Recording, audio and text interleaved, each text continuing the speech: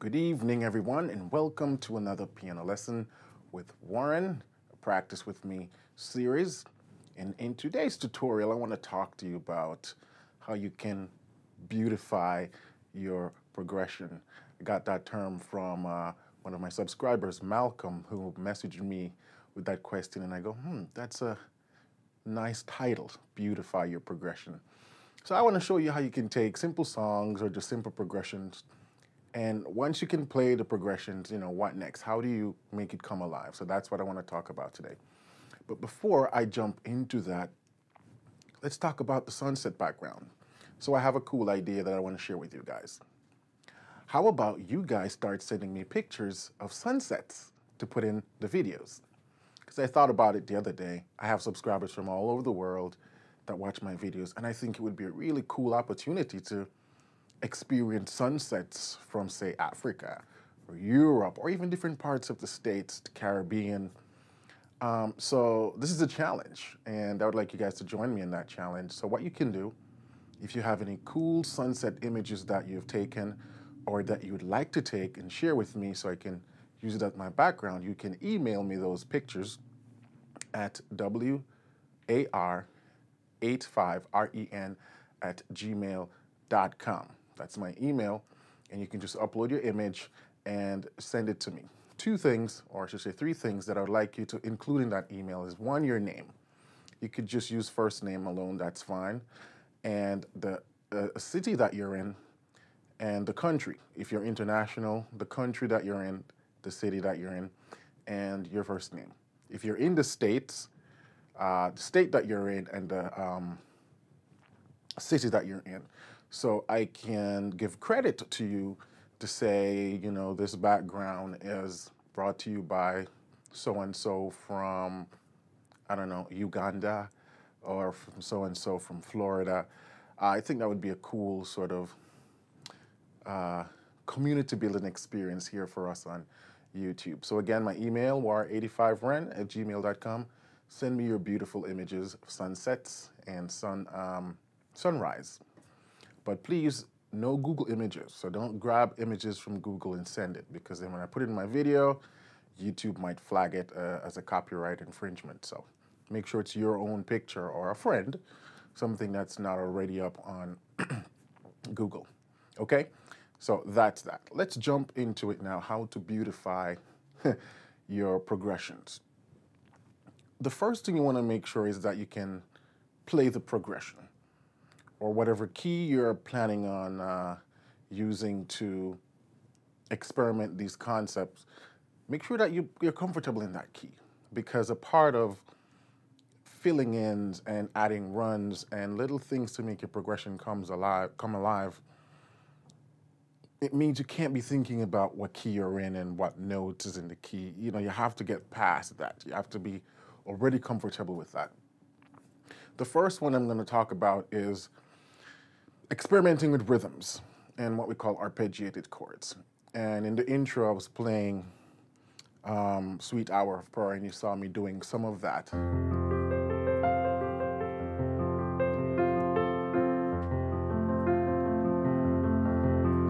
And I'm just using that F chord right there, and I'm just arpeggiating the notes. No particular order, no particular rhythm. It's all about what sounds good to me, and for you, what will sound good for you.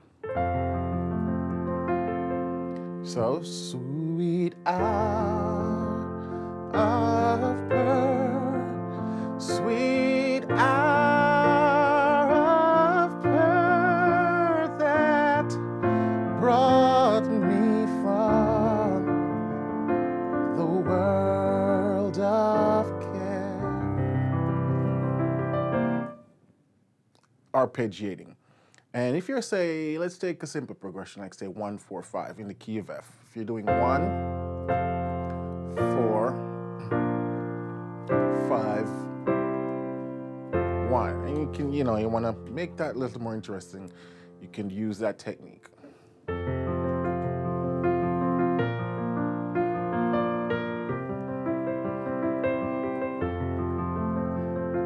Now, when you use this technique, it's going to depend on the type of song. Not every song it's going to lend itself to, so you want to experiment. But so that's number one.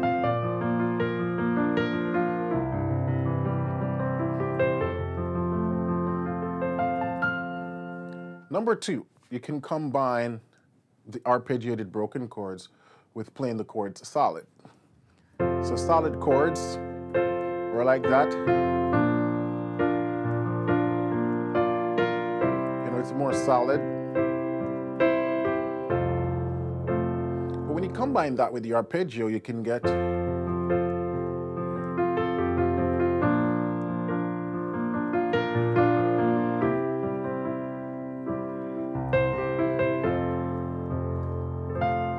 make it a little bit more interesting. Another thing you can do going down the line, using basic passing chords and chords inversion. Still going to use the 1-4-5. And what I mean by basic passing chords is like, see what I did there? I adjusted.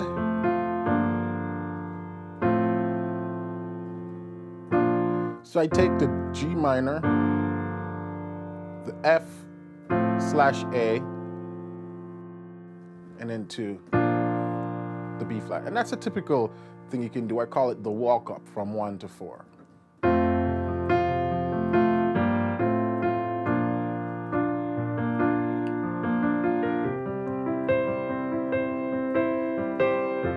Once you start to add inversions with that, inversions is just playing your chords in different different variations, how the notes are stacked. So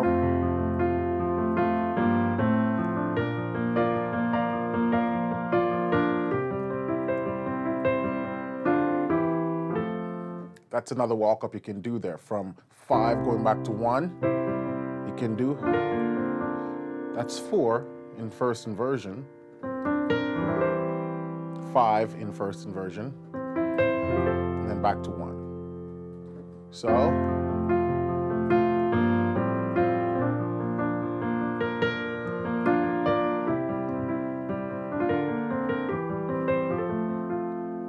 and you can use that anywhere. Let's take another progression, say 1-6-2-5, and see if we can incorporate some of this.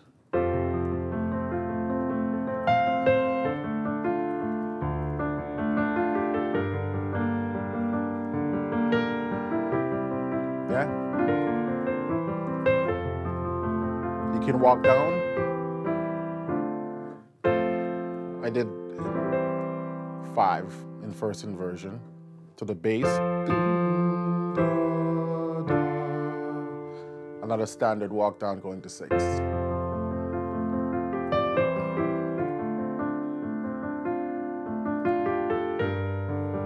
You know, just walking the notes up.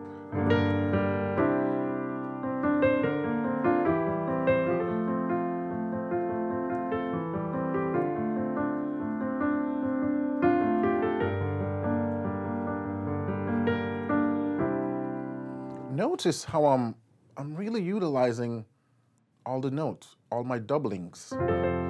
See? Till you get that nice full sound, spanning over 2 octaves. Just doubling.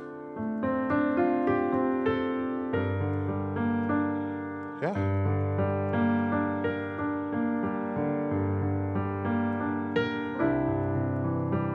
Again, arpeggiating.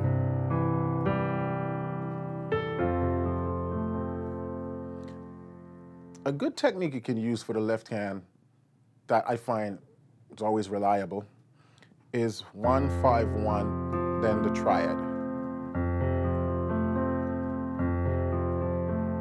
So look at this.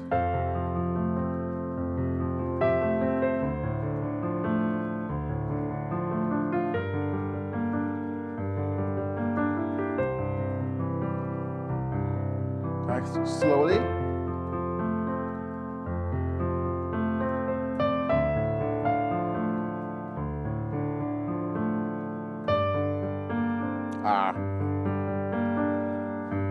And then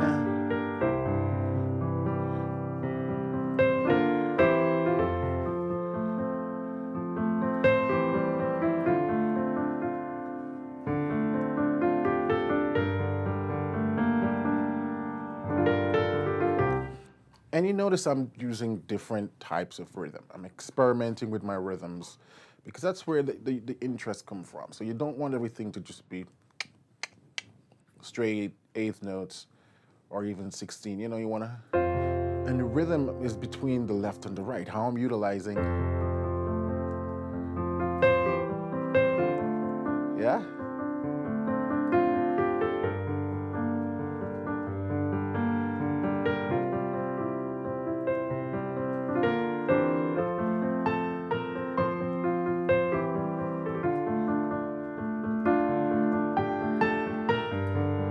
And I'm just walking up from where I am to the chord that I'm going to next. Let's try it again. And you can start your right hand chords in whatever inversion you want. There's no rule.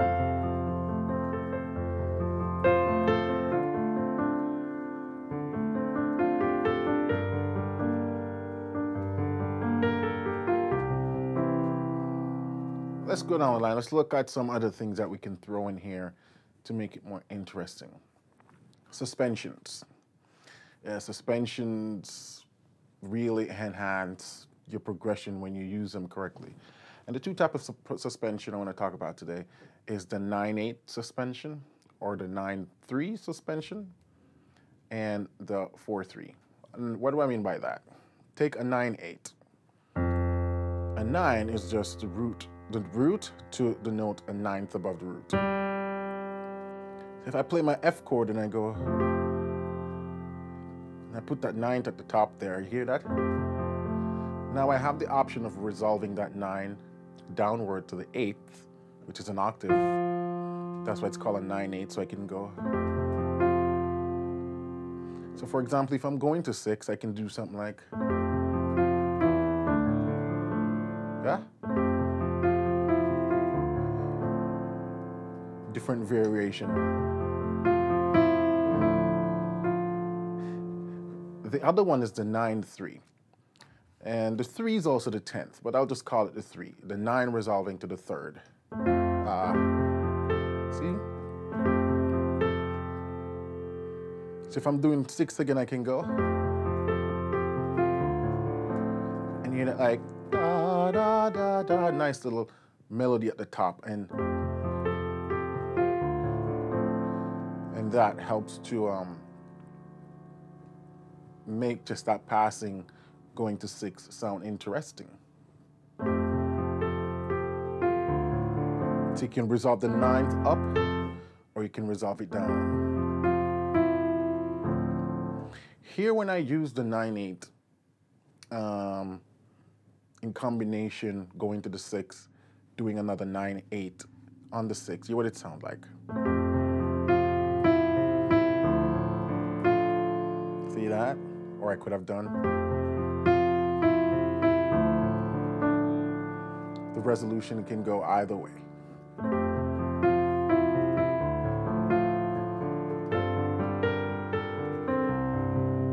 Again.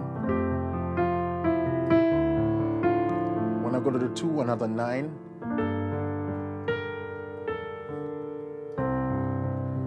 And these have so many possibilities where you can take the notes. I mean, I'm gonna have to do an addendum tutorial to this because there's so much more that I want to teach you guys, and I can't get through all of it in the same video. But for now, just know that you can start experimenting with your 9th. You know, the 1/6 again.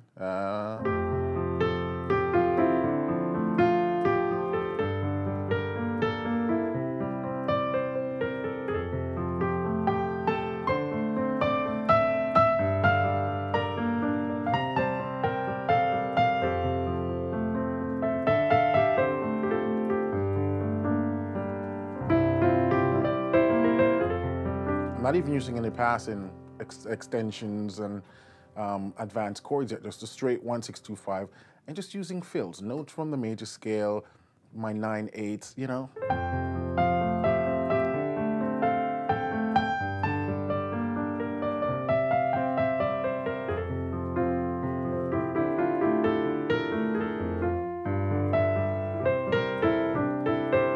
Just a straight 1/6.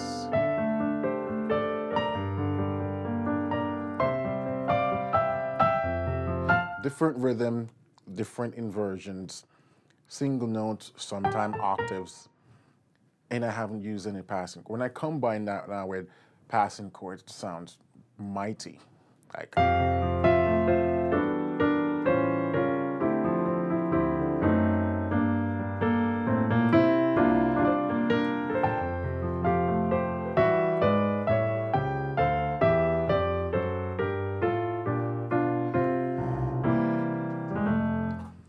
so I'll have to do another tutorial on some more of that advanced stuff. Let's look at some other things. I talked about the 4/3 suspension, and that's just the 4 resolving to the 3rd. And so when I do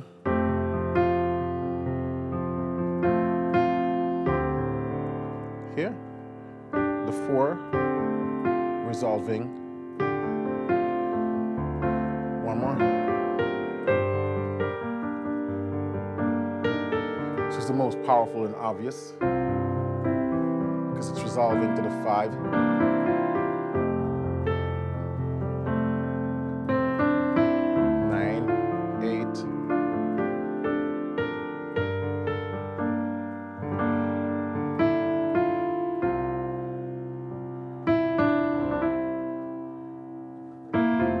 That's how you can just utilize suspension. And I'm doing all of that on the basic pattern that I showed you earlier, which is the left hand.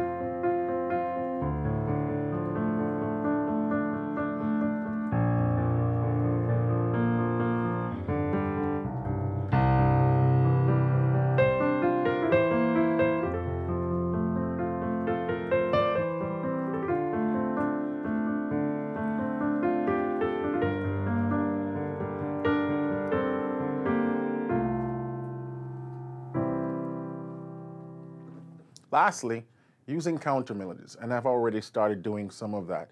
And counter melodies are just little melodies that fits in between the song, or in between going from one progression to another.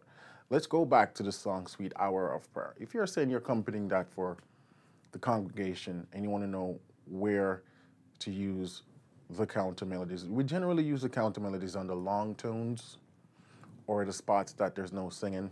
Let's give you some example.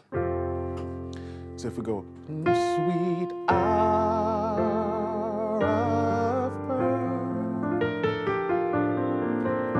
right there, the singers will be holding out prayer, and so the pianists have the option of doodling or putting some little notes underneath that. Sweet hour of prayer, sweet hour that brought me from the world of care. Right there, I'm going to 6, and I'm just using the C sharp diminishes a passing chord to go to 6. And bids me not, passing chord, my Father's throne that makes me call my wishes known. If you're playing like, say, Old Rugged Cross, on a hill far away, passing, get cross, or passing, the emblem of suffering and shame.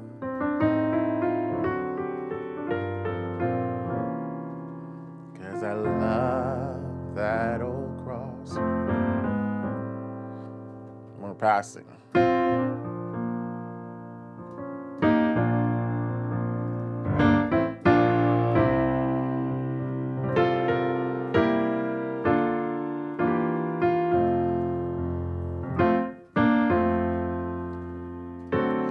I'll cherish the old rugged cross.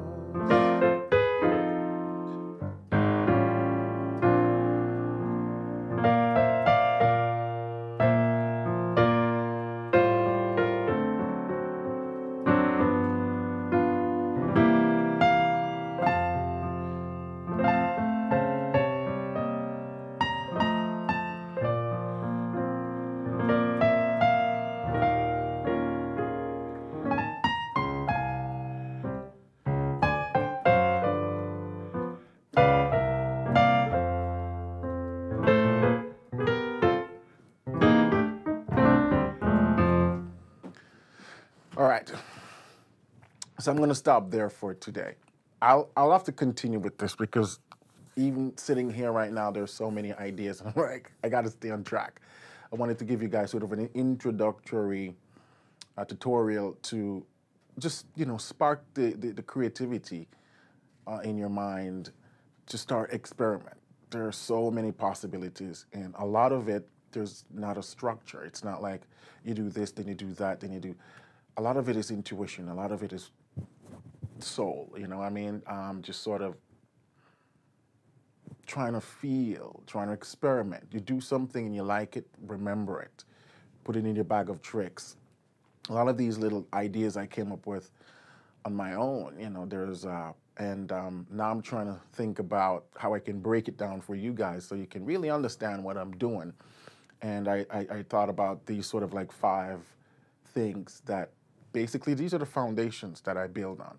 And the more you do it, the better you get of it. It's like freestyle public speaking. You probably know somebody who is really good at just standing up and give a speech better than you could write, yeah? And you ask them, how are you able to speak so comfortably and so fluently? And they say, years of practice. It's the same thing on the piano. You're building what we call melodic and harmonic vocabulary. And the more you do it, the better you'll get at it, and the smoother you'll be able to do it. And so make this your challenge. Take the 1-4-5 progression, the 1-6-2-5, simple progression. Always start experimenting with something simple where you can wrap your head around, you can grasp quicker. And start experimenting with the 9/8, the 4/3. Definitely make sure your chords, start putting 7ths in them. The arpeggiated one, that was a big one for me, being able to figure out how to do it and do it fluently in combination with playing chords, solid form. Experiment with your rhythms. There's just never enough room to experiment with rhythm. There's so many things you can do with the left and the right hand with rhythms. And experiment. That's the biggest takeaway I can leave with you guys. So hopefully you found this one video equally as informative and entertaining. I'll be doing so many more tutorials just on so many different things, and as we go into more topics, you'll see overlaps, something you'll begin to understand clearer. But as always, I appreciate so much the feedback that I get from you guys because it helps me to help you better when I know what's going on in your head, where your struggles are, and so I can make videos on those things. So don't be afraid to drop me a line, ask me a question. That's what the description's for. I'll generally respond to you in a quick, within an hour or so. I'll respond with you, and you can also email me, message me from my website, www.pianolessonwithwarren.com. Just reach out to me because when I'm sitting here recording my videos, I'm talking to a camera. And unless you guys give me feedback, I don't know how you're taking these. I don't know if they're helping you to their full potential. And I'm always willing to do more tutorials. For those of you who have sent me messages about tutorials and you haven't seen those yet, they're coming. But just keep them coming, keep them coming. Again, the idea going forward is to do 2 videos a week. So I'll be able to get through a lot more content with 2 videos coming out. And I'm really hoping that you guys are taking these seriously and that you're really incorporating them in your practice and that you're making them a weekly or daily activity. Because if you don't use it, you lose it, you'll forget it, and you have to start over. So, until then, keep listening, keep singing, keep practicing. I look forward to seeing emails from you guys with images I can start throwing up here in the videos. So take care and see you soon. Have a good one.